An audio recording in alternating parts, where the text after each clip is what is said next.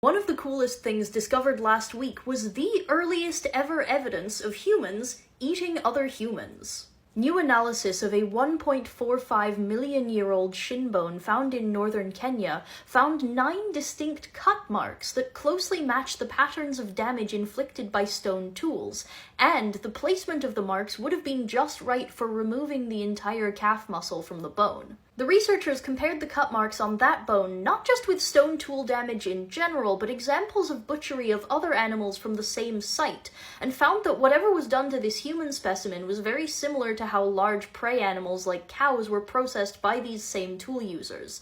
That suggests that the defleshing of this human specimen was also likely for meat, rather than for some kind of ritual purpose. Did you notice that I didn't use the word cannibalism? That's because in this time and place, there were actually 3 different human species walking around. There was Paranthropus boisei, Homo habilis, and Homo erectus, and we don't know if the predator and prey in this situation were members of the same species or not. As if that wasn't complicated enough, it's also not possible to say for certain which of those species this bone belonged to.